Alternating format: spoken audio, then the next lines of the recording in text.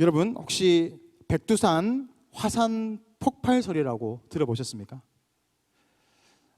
백두산의 화살이 폭발한다라는 그런 이야기입니다. 이 이야기는 괜히 나온 이야기가 아닙니다. 사실 2002년부터 백두산에서 이상징후가 보이기 시작합니다. 계속해서 지진이 일어나고 또 마그마의 활동이 이상징후를 포착하게 된 것이죠. 그러면서 사람들이 이 백두산이 폭발하는 것이 아닌가라고 많은 연구가들이 백두산을 찾아가서 또 지질을 조사하고 또 그 화산을 조사했습니다. 근데 지진이 움직이고 실제로 활동하고 있다는 것을 발견하게 됩니다. 백두산이 폭발하면 어떻게 되겠습니까? 백두산이 폭발하는 폭발의 그 크기가 히로시마에 떨어졌던 원폭이 6만 발이 동시에 폭발하는 것과 맞먹는다라는 겁니다. 그렇게 백두산이 폭발을 하게 되면 이 중국뿐만이 아니라 이 한반도를 다 뒤집어 엎게 되고 우리는 살아가기 매우 힘든 그런 상황을 겪게 된다라는 거죠. 그런데 다행히도 백두산의 그 화산 그 움직임이 서서히 사그러지기 시작했다라는 겁니다. 살은 것이요. 하나님께서 도와주신 것 같습니다. 그런데 사실 미국에서 이 백두산의 폭발과 맞먹는 화산이 폭발한 적이 있었습니다. 세인트 헬렌스 화산이라는 곳에서 화산이 폭발합니다. 1980년 5월 18일 오전 8시에 화산이 폭발하기 시작합니다. 이 폭발의 크기가 히로시마의 원폭에 2만 발이 동시에 터지는 그런 어마어마한 양이었습니다. 이 화산이 폭발하면서 북쪽의 산기슭에 있는 1000km의 이상까지 초토화가 되었다라는 겁니다. 어마어마하게 큰 폭발이 일어난 겁니다. 지질조사국에서 미리 이것을 감지하고 사람들에게 경고하기 시작합니다. 지금 조만간 이 화산이 폭발할 것입니다. 주민 여러분들이 빨리 이것을 대피하십시오. 3월 달부터 경고를 합니다. 사람들이 서서히 떠나기 시작합니다. 그런데도 말 안 듣는 사람은 어디나 있는 것 같습니다. 거기에서도 끝까지 화산이 폭발되지 않을 거라고 말을 믿지 않습니다. 그리고 2개월 후에 진짜로 이 화산이 폭발하기 시작합니다. 그리고 남아있던 사람은 어떻게 되었을까요? 다 죽었습니다. 그래서 이 사건을 영화로 만든 단테 스파크라는 영화가 바로 여기에서 나온 겁니다. 하나님 역시도 종말에 대해서 계속해서 우리에게 경고하십니다. 종말의 날이 반드시 올 것이다. 그날은 크고 두려운 날이 될 것이다. 그날에 견딜 사람이 없을 것이다. 그러므로 속히 돌아오라. 속히 말씀 안으로 하나님의 뜻 가운데 하나님의 인도하심 가운데 돌아오라고 계속해서 말하고 있습니다. 이 종말은 그러면 언제일까요? 종말이 언제부터 시작되었을까요? 사실 우리가 며칠 전에 12월 25일은 무슨 날입니까? 성탄절입니다. 아기 예수님께서 이 땅에 오셔서 우리를 구원하시기 위해서 이 땅에 연약한 인간의 모습으로 오신 날이죠. 그런데 사실 이 성탄이 바로 이 종말의 날과 연결되어 있다는 것입니다. 아기 예수님께서 이 땅에 오시고 성육신 하심을 통해서 바로 이 종말, 말세가 시작되었다라고 하는 것입니다. 그러므로 이 말세는 바로 예수님이 성육신 하시는 그 시점부터 예수님이 다시 공중에서 구름 타고 오시는 그 재림의 그때까지를 말세라고 합니다. 그러니까 지금 말세가 생각보다 너무 길지 않습니까? 2000년이 넘었습니다. 그런데 확실한 게 두 가지 있습니다. 첫 번째는 반드시 종말은 온다라는 것입니다. 마지막 날은 온다라는 것입니다. 두 번째는 점점 가까워져 가고 있다라는 겁니다. 2000년이 지났으니까 안 오겠지가 아닙니다.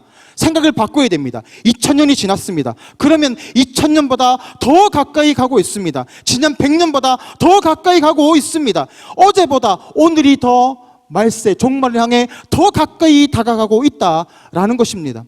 그러므로 우리가 날마다 깨어 있어야 합니다. 이제 말세가 종말이 다가옵니다. 어떤 사람이 구원을 받습니까? 그럼에도 불구하고 은혜 안에 거하고 말씀 안에 거하는 그 사람만이 하나님의 구원을 받습니다. 십자가를 붙잡고 예수 이름을 믿고 그의 뜻대로 살아가는 사람만 구원을 받습니다. 그러므로 날마다 우리의 삶을 돌아보아야 할 줄 믿습니다. 어떤 사람이 구원을 받습니까? 예수 믿는 사람, 교회에 나와서 예배드리는 사람이 구원을 받는다고 합니다.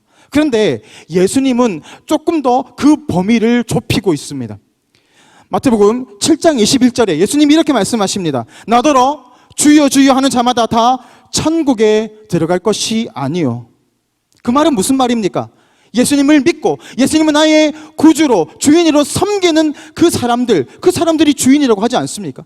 그런데 주여 주여 하는 사람이 다 천국에 들어갈 것이 아니다 라는 겁니다. 그러면 어떤 사람이 들어갑니까? 다만 하늘에 계신 내 아버지의 뜻대로 행하는 자라야 천국에 들어가리라 말하고 있습니다. 어떤 자가 들어간다고요? 하나님의 뜻대로 살아가는 사람, 말씀대로 순종하며 나아가는 사람, 입만 살아서 내가 주님을 믿습니다 하면서 그렇게 살아가지 못하는 그런 모습이 아니라 내가 고백하는 대로 내가 순종해 나가고 하나님이 명령하시는 대로 내가 순종하고 나아가는 그 사람이 천국에 들어가게 될 것이다 라고 말하고 있습니다. 오늘 이 요엘서에서도 이 말씀과 동일한 맥락에서 우리에게 선포하고 있습니다. 오늘 요엘서 말씀 32절 말씀 우리 다 같이 읽겠습니다. 시작.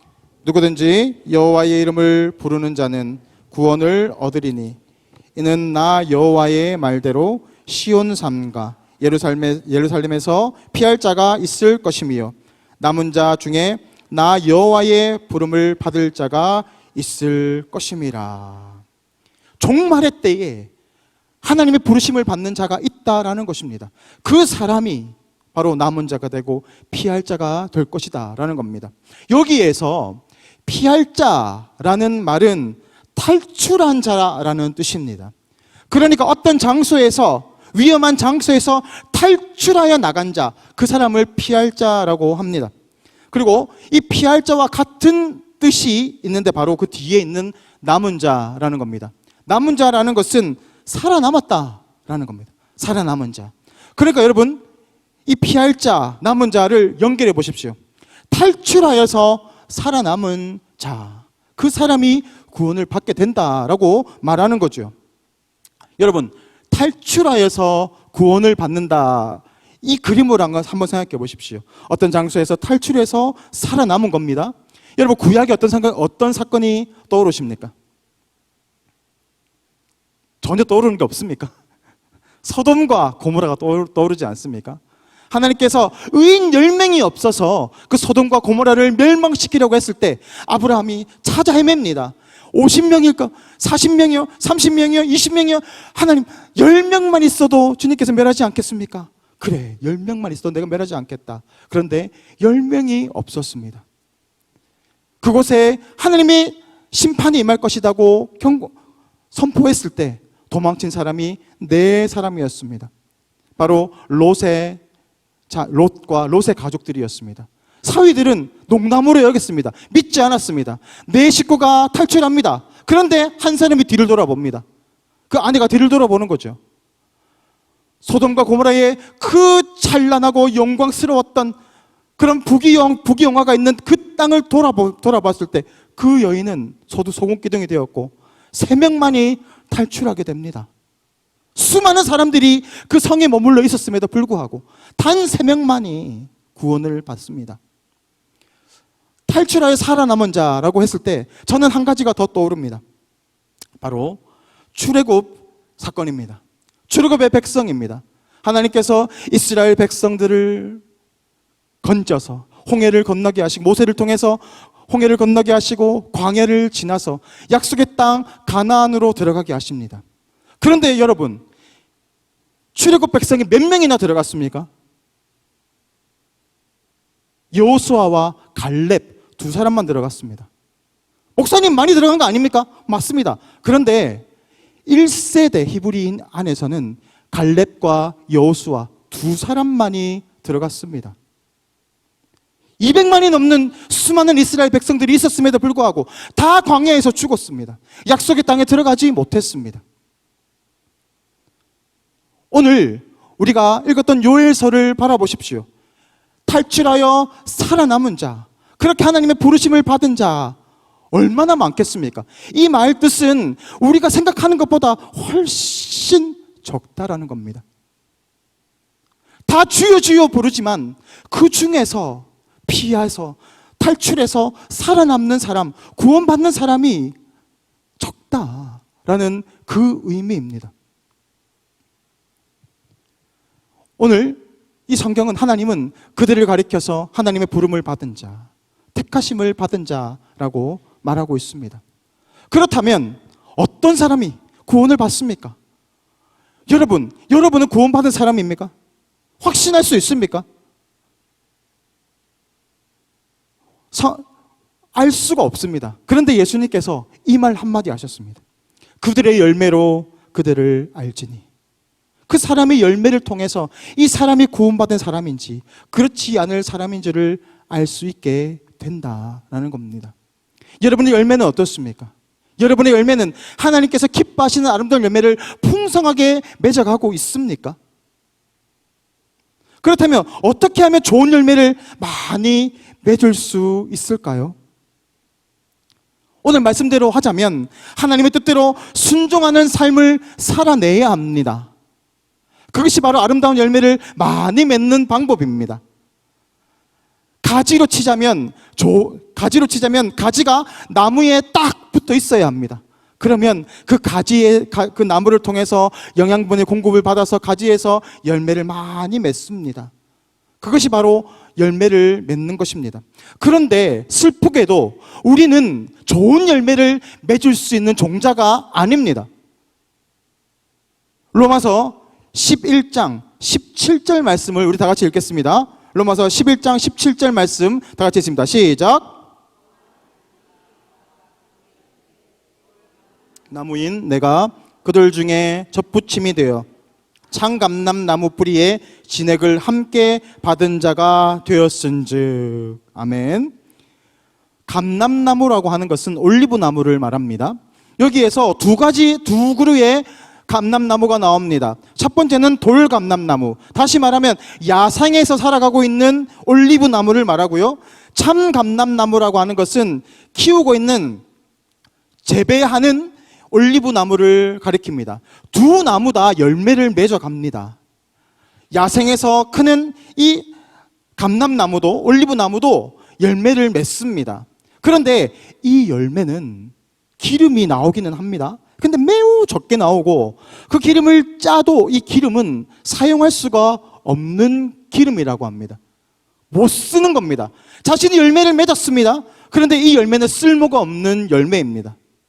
반대로 이 참 감람나무, 그러니까 키우고 재배한 이 올리브 나무에 나오는 이 올리브 열매를 따면 거기서 기름이 쭉 빠져나옵니다. 아주 좋은 기름이 나옵니다. 이 기름만은 사용할 수 있다는 거죠. 우리가 어떤 나무라는 겁니까? 야생의 돌감람나무라는 겁니다. 우리가 아무리 열매를 맺어요, 우리 안에서 아무리 많은 열매를 맺는다 할지라도 그 열매는 쓸모가 없는 열매, 먹을 수 없는 열매, 다시 말하면 악한 열매라는 것입니다. 그런데 어떻게 됐다는 겁니까? 돌감람나무에 있던 우리가 그 가지가 접붙임을 받아서 참 감람나무에 딱 하고 접붙임을 받았다는 겁니다. 그러니까 참 감람나무에서 올라오는 진액을 이 가지가 풍성하게 공급을 받고 열매를 맺어 간다라는 거죠. 어떻게 하면 우리가 좋은 열매를 맺습니까? 그리스도에게 딱 붙어 살아야 됩니다. 우리는 죄의 종이었습니다.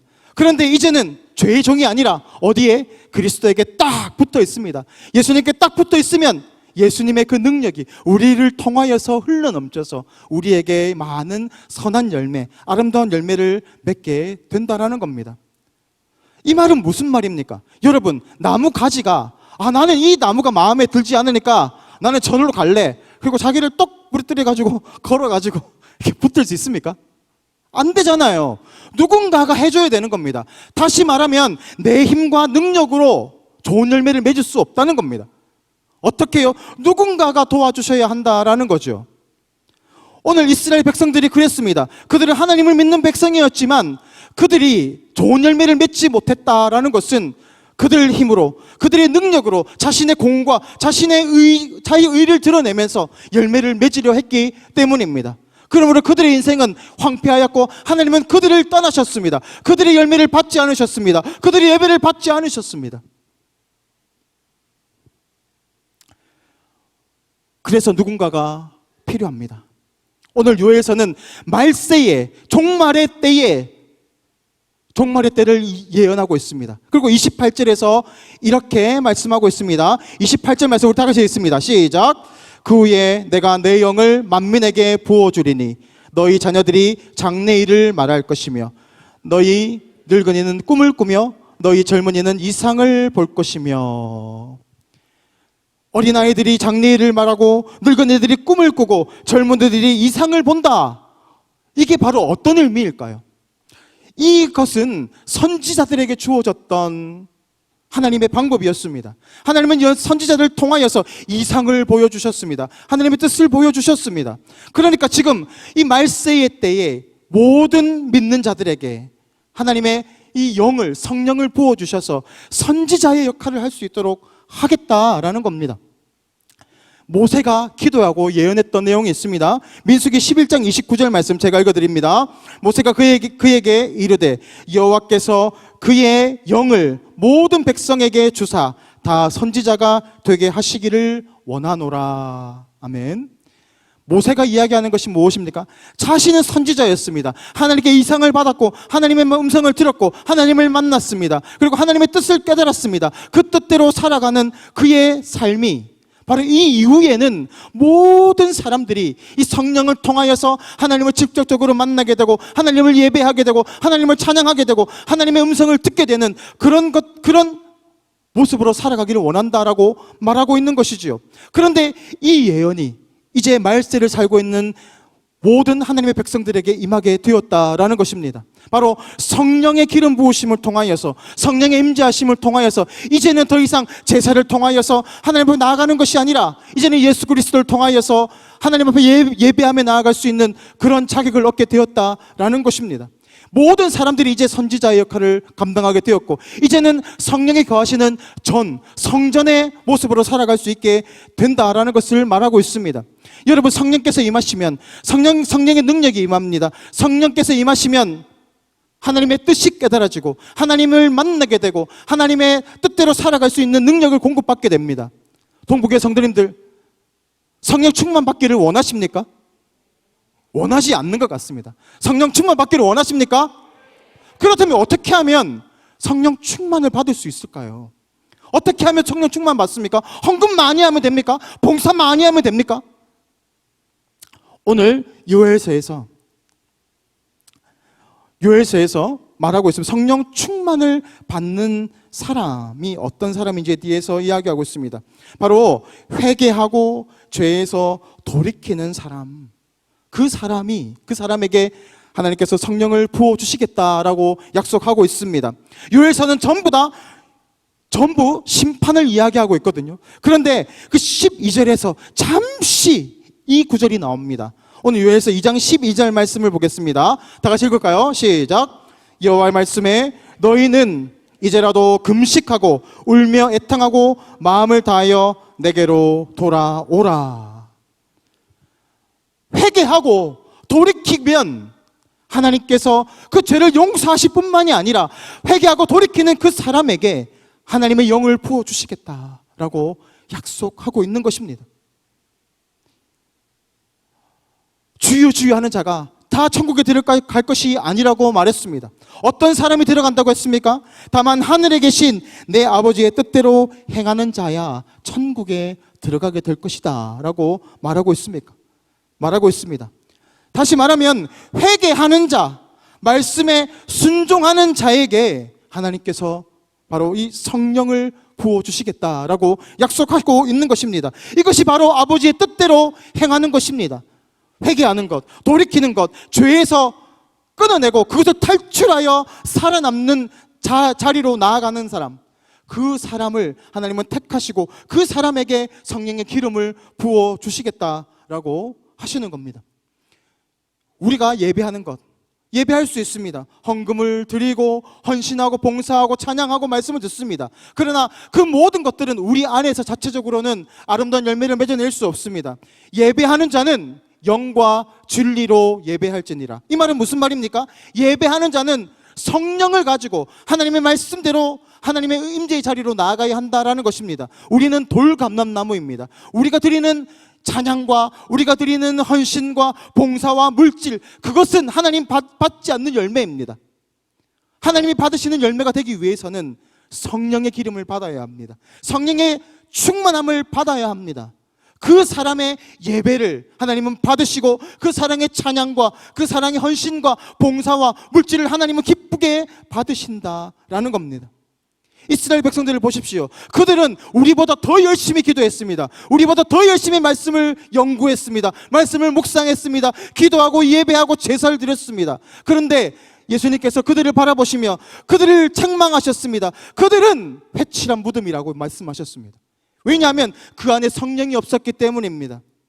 자신의 의와 자신의 공로와 자신의 의로움이 드러내려고 그것을 가지고 자랑하려고 했기 때문입니다. 그 열매를 하나님은 받지 않습니다.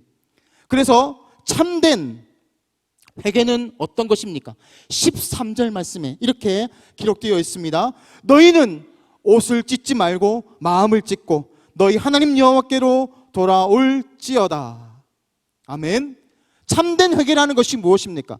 이 당시 사람들은 자신의 옷을 찢었습니다. 통탄하는 마음을 이 옷에다가 표현한 겁니다. 그런데 정작 자신의 삶은 돌이키지 않았습니다. 오늘 하나님 말씀하십니다. 옷을 찢지 말고 너희의 마음을 찢으라. 마음의 할례를 행하라 라는 것입니다. 여러분, 살이 뜯겨져 봤습니까? 살이 찢겨져 봤습니까? 얼마나 아픕니까? 마음을 돌이킨다는 것이 그렇습니다. 하나님의 뜻대로 죄에서 돌이켜서 그것을 탈출해서 살아남는 자리에 가는 것이 얼마나 어려운지 모릅니다. 그래서 수많은 사람들이 구원에서 이탈되었습니다. 소돔과 고모라에서 출애굽기에서 많은 사람들이 구원의 자리로 나아가지 못했습니다. 그것은 돌이키는 것이 너무너무 힘들기 때문입니다. 여러분들도 다 하나님 뜻대로 살아가고자 노력하셨을 것입니다. 근데 그게 잘 되던가요? 잘 되지 않지요. 너무너무 힘든 일입니다. 너무너무 아픈 일입니다. 내 고집을 꺾는 것, 내 속에 있는 두려움과 염려를 이겨내는 것 쉽지 않습니다.